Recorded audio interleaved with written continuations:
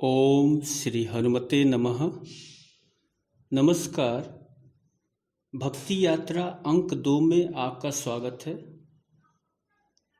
आज मैं अपनी बात प्रसिद्ध संत दादू की कुछ पंक्तियों से शुरू करना चाह रहा हूँ। कोई तन दुखी, कोई मन दुखी, कोई धन बिनु फिरत उदास, थोड़ा ज्यादे सब दुखी, सुखी हरि के दास। तन भी तेरा, मन भी तेरा, तेरा पिंड परान, सब कुछ तेरा, तू है मेरा, यह दादू का ज्ञान। अर्थ बड़ा ही सरल, सहज और बोधगम्य है। यह 2 बातों की ओर आपका ध्यान आकृष्ट करना चाहूँगा। थोड़ा ज्यादा सब दुखी, सुखी हरि के दास, और सब कुछ तेरा, पर तू है मेरा। दादू महाराज ने यहाँ एक समाधान प्रस्तुत किया है कि हरि का दास बन जाओ, सुखी हो जाओगे। फिर दादू महाराज को लगा कि कहीं हम शर्मा न जाएं मांगने में, या फिर मिथ्या अभिमान से उसकी शरण में न जाएं। तो उन्होंने आश्वासन भी दे दिया कि एक जानकारी भी दे दी कि माना कि संसार में सब कुछ उसी का है, पर तुम भी तो उसी के हो, तो उसके समीप चले जाओ, उसका सामीप्य ग्रहण करो, और यही तो उपासना है। हरि का दास बनने के लिए एक मार्ग ज्ञान का भी है, जिसे कठोपनिषद में कहा गया, उत्तिष्ठ जाग्रत प्राप्य वरान निबोधत, क्षुरस्य धारा निशिता दुरत्या, दुर्गम पथस्तत कवयो वदंती। अर्थात अपने चरम लक्ष्य मोक्ष को प्राप्त करने के लिए आगे आओ, उठो, जागो, और अपने से श्रेष्ठ के पास जाकर ब्रह्म ज्ञान को सीखो। यह ब्रह्म ज्ञान का मार्ग तेज उस्तरे की धार के समान, क्षुरस्य धारा, तेज उस्तरे की धार के समान अत्यंत दुर्गम है। ऐसा परमात्मा के साक्षात्कार करने वाले बोलते हैं। कवयो वदंती। उस परम तत्व को पाने का एक मार्ग शास्त्रों ने कर्मयोग भी कहा, जिसे श्रीमद् भागवत गीता में बहुत ही विस्तार से योगेश्वर श्री कृष्ण महाराज ने समझाया है। देवान भाव यतानेन ते देवा भावयन्तु वह, परस्परम भावयन्तः श्रेयः परमावप्स्यत। अर्थात हमारे स्वधर्म रूपी यज्ञ से, और स्वधर्म क्या हुआ? जैसे हम शिक्षक हैं, विद्यार्थी हैं, व्यवसायी हैं, तो यह हमारा एक धर्म हुआ। फिर हम जिस स्कूल में, खानदान में, जिस परंपरा में आए हैं, वहाँ एक धर्म है, स्वधर्म है। हमारे 16 संस्कार हैं, यज्ञ और जो अनुष्ठान और जो पर्व हम मनाते हैं, वो भी एक हमारा धर्म है। तो कृष्ण महाराज कहते हैं कि हमारे स्वधर्म रूपी यज्ञ से सारे देवता संतुष्ट हो जाते हैं और अभीष्ट वस्तुएं प्रदान करते हैं। जब हम स्वधर्म चरण रूपी पूजा से देवताओं को पूजते हैं, तो समस्त देव हमारे योगक्षेम का वाहन करते हैं। योगक्षेम वहाम्यहम्। किसी कमी का एहसास नहीं होने देते। और श्री कृष्ण महाराज ने इस प्रसंग में जनक जी का उदाहरण दिया। कर्मणैव हि संसिद्धियामास्थित जनकादयः, यानी कि जनक आदि सत्पुरुष अपने विहित कर्मों को करते हुए भी मोक्ष पद को प्राप्त कर लिए। तो संत दादू ने कहा कि यह संसार उसका है और तुम भी उसी परम तत्व के हो। तो उस परम तत्व को पाने के लिए हमारे शास्त्रों ने तीन मार्ग सुझाए हैं, ज्ञान, कर्म और उपासना, जिसका एक एक उदाहरण हम लोग ने अभी देखा। अब एक सहज प्रश्न उठता है कि जब हम ईश्वर के हैं और वो हमारे पास ही रहता है, कण कण सृष्टि के कण कण में रहता है, तो फिर हम ईश्वर को देख क्यों नहीं पाते हैं, हम मिल क्यों नहीं पाते हैं। अब इस विषय पर चर्चा हमारे शास्त्रों ने विस्तार से की है। मोटे तौर पर यह समझें कि हमारे साधन लौकिक हैं और ईश्वर अलौकिक, लेकिन ईश्वर प्राप्ति के अनेक उपाय हमारे शास्त्रों ने बताए हैं।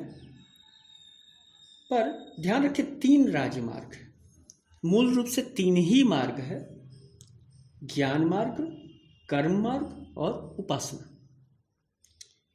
और फिर एक प्रश्न और उठ जाता है कि भक्ति मार्ग क्या है। क्या ज्ञान, कर्म, उपासना से कोई विलग मार्ग है जो शास्त्र सम्मत हो? तो आज हम इसकी थोड़ी सी चर्चा करेंगे। नारद पुराण में उल्लिखित भक्ति की परिभाषा को स्मरण करें। नारद पुराण में ईश्वर के प्रति परम प्रेम को भक्ति माना गया।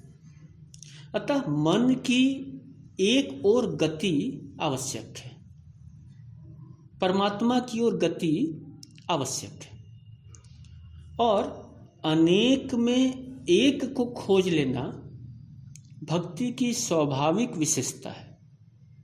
उससे एक संबंध जोड़ लेना ही भक्ति है। अब ज्ञान मार्ग और कर्म मार्ग में प्रेम तत्व की मात्रा नहीं के बराबर है।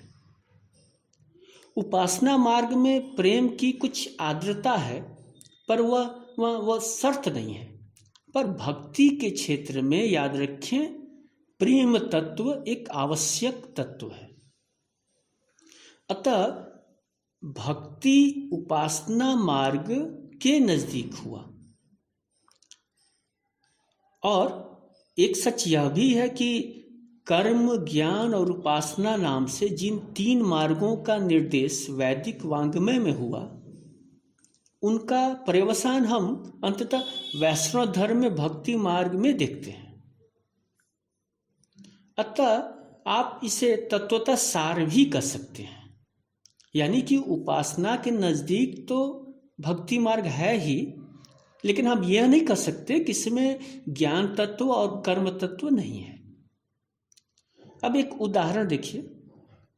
विनय पत्रिका में गोस्वामी तुलसी दास महाराज ने कहा, ब्रह्म तू हौ जीव, तू ही ठाकुर हौ चेरो, तात मात गुरु सखा तू, सब विधि ही तू मेरो, तो ही मोहि नाते अनेक मानिए जो भावे, ज्यों त्यों तुलसी कृपालु चरण शरण पावे।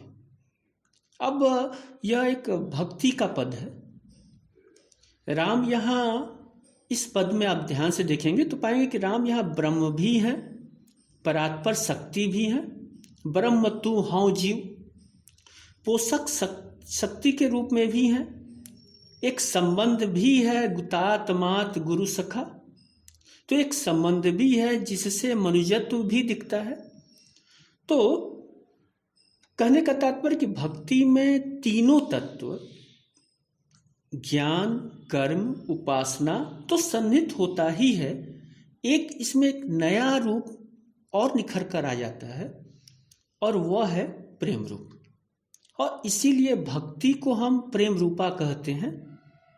ज्ञान कर्म उपासना मार्ग की दुरूह और कष्ट साध्य साधना को त्याग कर श्रवण कीर्तन दैन्य आत्मनिवेदन इत्यादि सुगम माध्यम से हमारे वैष्णव भक्तों ने भगवान के समीप पहुंचने का एक बड़ा ही सरल मार्ग खोज निकाला है। भक्ति संप्रदाय का आदि स्रोत ऋग्वेद है।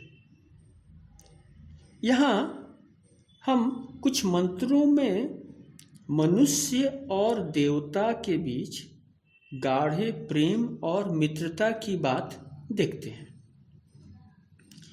इंद्र मित्रम वरुणामग्नि महारथो दिव्य स सुपर्णो गुरुत्मान एकम स्वदिप्रा बहुधा वदन्त्याग्नि यमम मातरिस्वान माहु। कहने का तात्पर्य कि एक ही ईश्वर या सत को विद्वान लोग इंद्र मित्र वरुण या अग्नि नाम से पुकारते हैं। वही सुंदर पंखों वाला दिव्य गरुण भी है। उसी एक पदार्थ का वर्ण अनेक प्रकार से करते हैं।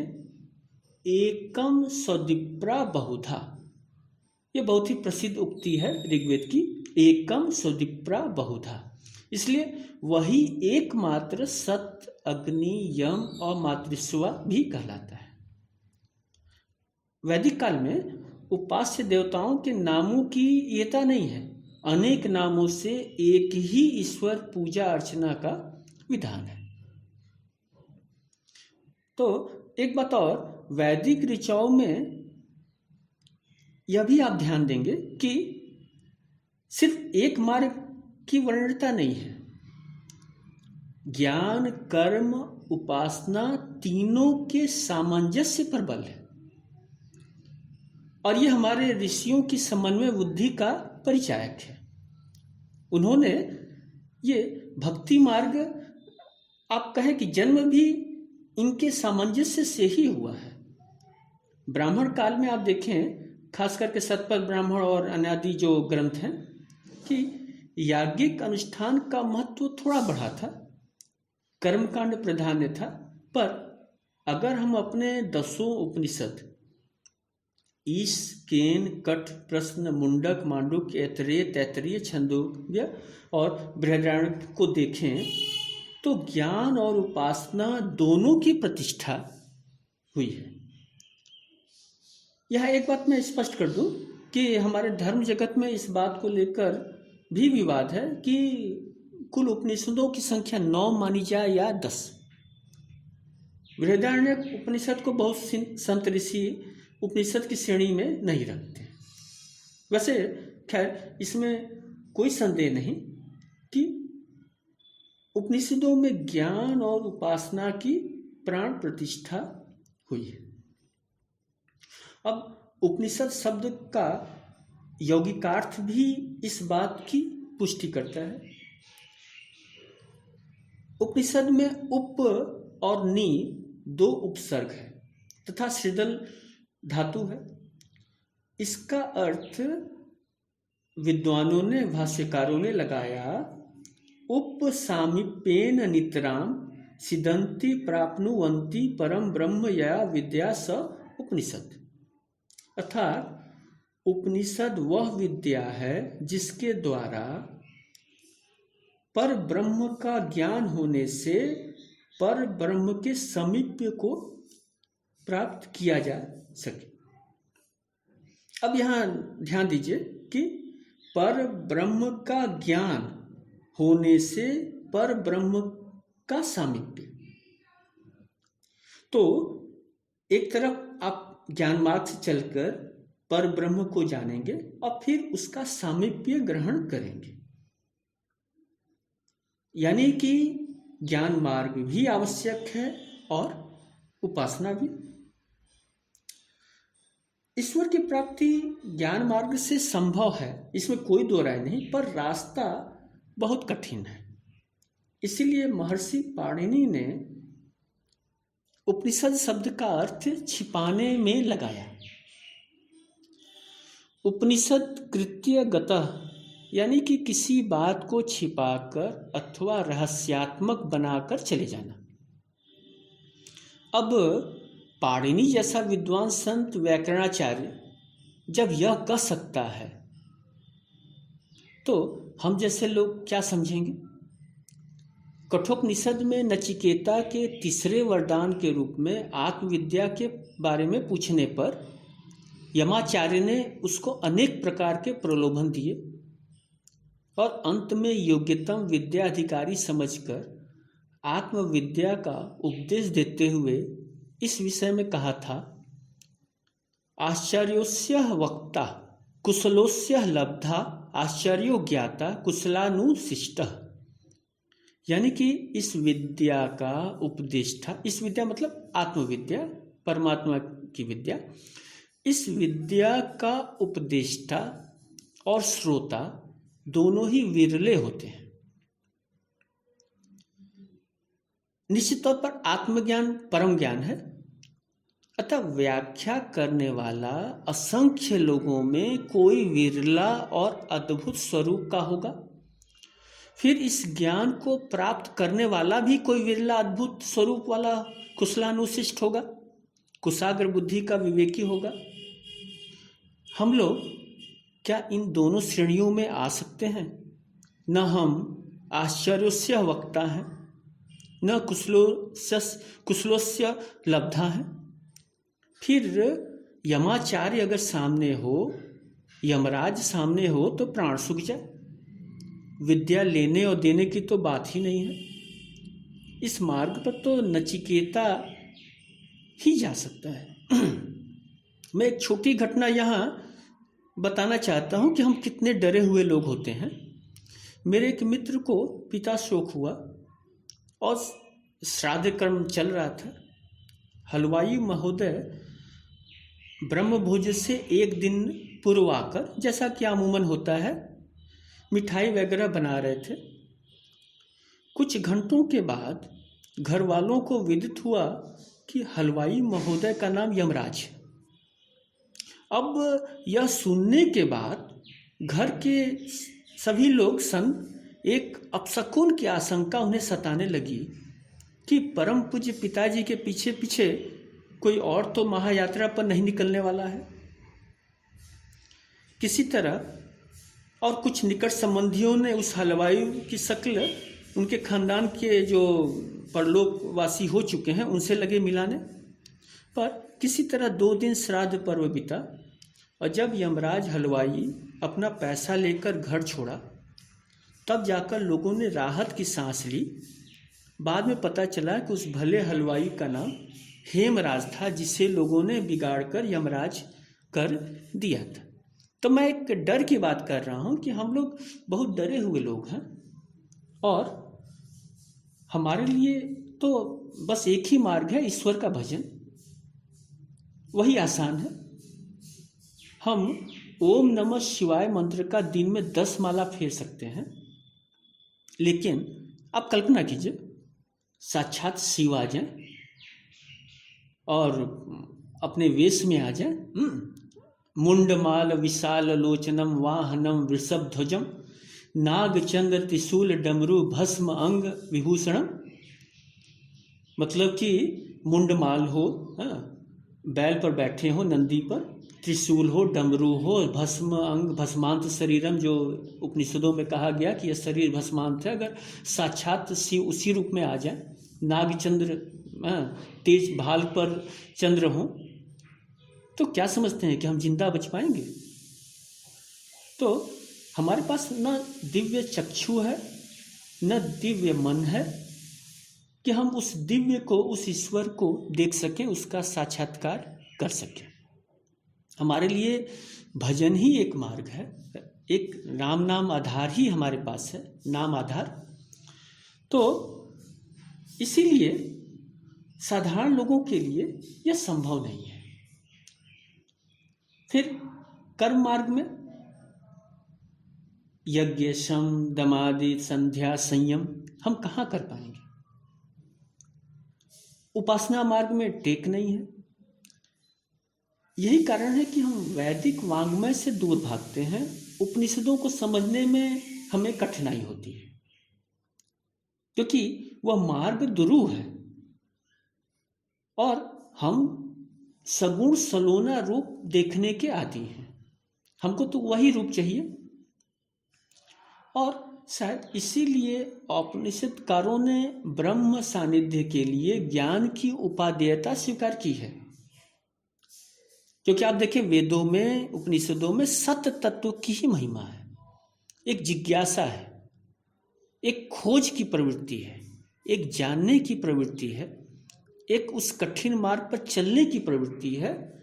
लेकिन हमारे ऋषि महर्षि जानते थे कि ज्ञान की उपादेयता है, लेकिन उन्होंने भक्ति की अनिवार्यता को भी समझा साधारण लोगों के लिए।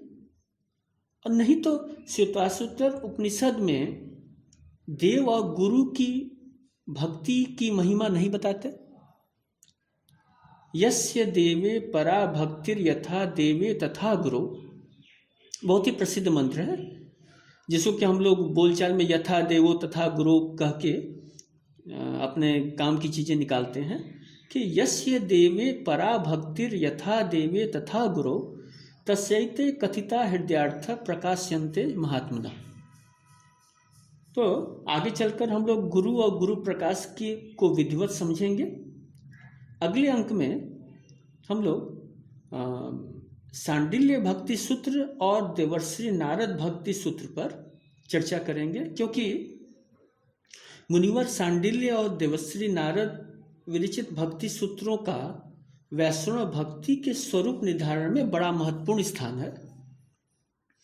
दार्शनिक ग्रंथों में स्थापित ज्ञान मार्ग की अपेक्षा इन सूत्रों में आप देखेंगे कि भक्ति की मात्रा अधिक है, और जिसकी चर्चा हम अगले अंक में हम लोग करेंगे।